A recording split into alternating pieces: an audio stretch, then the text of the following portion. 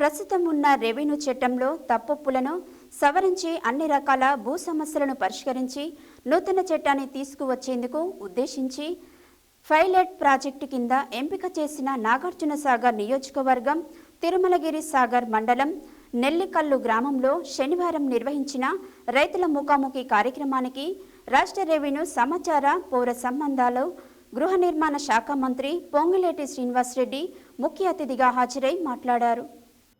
ప్రస్తుతం ఉన్న రెవెన్యూ చట్టంలో తప్పప్పులను సవరించి అన్ని రకాల భూ సమస్యలను పరిష్కరించి నూతన చట్టాన్ని తీసుకువచ్చేందుకు ఉద్దేశించి పైలట్ ప్రాజెక్టు కింద ఎంపిక చేసిన నాగార్జునసాగర్ నియోజకవర్గం తిరుమలగిరి సాగర్ మండలం నెల్లికల్ గ్రామంలో శనివారం నిర్వహించిన రైతుల ముఖాముఖి కార్యక్రమానికి రాష్ట్ర రెవెన్యూ సమాచార పౌర సంబంధాలు గృహ నిర్మాణ శాఖ మంత్రి పొంగులేటి శ్రీనివాసరెడ్డి ముఖ్య అతిథిగా హాజరై మాట్లాడుతూ గతంలో తెచ్చిన 2020 రెవెన్యూ చట్టం ధరణి వల్ల రాష్ట్రంలోని రైతులు ప్రజలు అనేక సమస్యలు ఎదుర్కొంటున్నారని 2020 చట్టాన్ని అలాగే ధరణిలోకి తప్పులను సవరించేందుకు దేశంలోని అన్ని రెవెన్యూ చట్టాలను పరిశీలించి మేలైన చట్టం తీసుకొచ్చేందుకు ప్రభుత్వం ప్రజల అభిప్రాయాలను సేకరించి పబ్లిక్ డొమైన్లో ఉంచినట్లు తెలిపారు. ఇందులో భాగంగానే తిరుమలగిరి సాగర్ మండలాన్ని పైలట్ ప్రాజెక్టు కింద ఎంపిక చేయడం జరిగిందని, నూతన రెవెన్యూ చట్టంపై ప్రజల అభిప్రాయాలను తీసుకున్న తర్వాతే చట్టం తీసుకురావాలని, అలాగే ప్రధాన ప్రతిపక్ష పార్టీల సూచనలు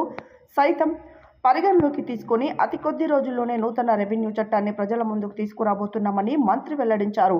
అర్హులైన పేదవారికి ప్రభుత్వ భూములు అందాలన్నదే ప్రభుత్వ ఉద్దేశమని, ప్రత్యేకించి తిరుమలగిరి సాగర్లో కొంతమంది పొజిషన్లో ఉన్నప్పటికీ పట్టాలు లేవని, పట్టాలు ఉన్న వారికి భూమి లేదని, అలాగే ఎవాక్యులేషన్ ప్రాపర్టీకి సంబంధించి ఇతర ప్రభుత్వ భూములకు సంబంధించి చేస్తున్న సర్వే పూర్తయిన తర్వాత సమస్యలను శాశ్వతంగా పరిష్కరిస్తామని తెలిపారు. తిరుమలగిరి సాగర్లో సుమారు 1300 ఎకరాలకు బోగస్ పట్టా పాస్ పుస్తకాలు ఉన్నట్లు రెవెన్యూ అధికారులు తమ దృష్టికి తీసుకొచ్చారని, ప్రభుత్వం పేదలకు మంచి చేయాలన్నదే తపన అని, ప్రభుత్వ ఆస్తులన్నీ పేదవారికి చెందాలని, పేదవాడికి చెందేలా ప్రభుత్వ నిర్ణయం ఉంటుందని చెప్పారు. తిరుమలగిరి సాగర్లోని 3500 నుండి 4000 ఎకరాలకు అర్హులైన పేదవారికి పట్టాలు ఇవ్వాల్సి ఉందని, డిసెంబర్ 9న రాష్ట్ర ముఖ్యమంత్రిని నాగార్జునసాగర్ నియోజకవర్గానికి తీసుకువచ్చి ఇక్కడే బహిరంగ సభ ఏర్పాటు చేసి నాగార్జునసాగర్ నియోజకవర్గంలోని వేలాది ఎకరాలకు ప్రభుత్వ భూమిని పేదలకు పంచుతామని మంత్రి వెల్లడించారు.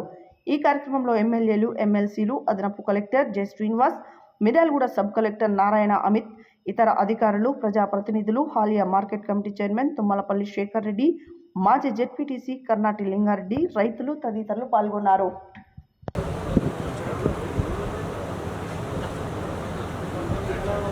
ముఖ్యమంత్రి గారి చేతుల మీదుగా, మీ చేతుల మీదుగా ఆ కార్యక్రమం జరిగితే ఈ ప్రాంతానికి కూడా వన్నె తెచ్చినట్టు ఉంటుంది, నాకు కూడా గౌరవం ఇచ్చినట్టు, మా ప్రాంత ప్రజలకు కూడా గౌరవం దక్కించినట్టు ఉంటుంది. కాబట్టి మీరు అది కూడా చేస్తారని నేను.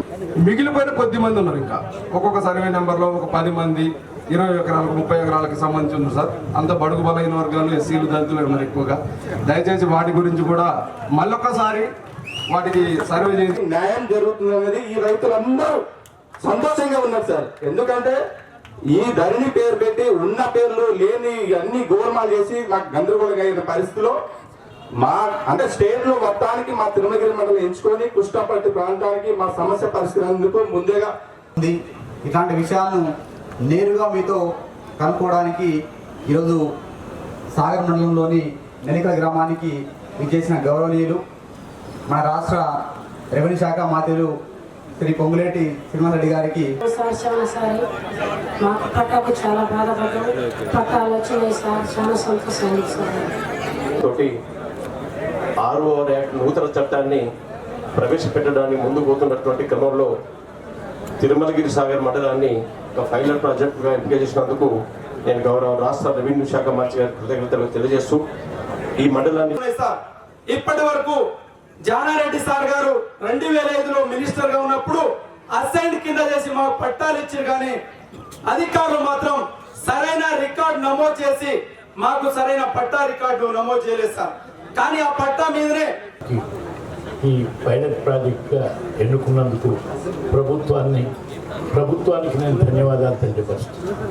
ప్రభుత్వం తరఫున రెవెన్యూ శాఖ యావత్తు గత 2 మాసాలు నీతిగా, నిజాయితీగా అనేక మంచి కార్యక్రమాలు చేసి రాజకీయాల నుంచి తాత్కాలికంగా అప్పుడు పక్కనున్న తెర వెనక నుండి మాకు ఈ ప్రభుత్వానికి వారి కుటుంబానికి తప్పకుండా అంటే ఈ కార్యక్రమంలో సార్లను అంటే ఆఫీసర్లను అటువైపు రైతులను కూడా సమన్వయం చేసుకుంటూ ఈ యొక్క ప్రాజెక్టును ఒక మంచి అవుట్పుట్ వచ్చే విధంగా ముందు తీసుకెళ్తాం సార్. మీ అందరికీ మీ ఇందిరమ్మ ప్రభుత్వం ఇవ్వబోతుంది.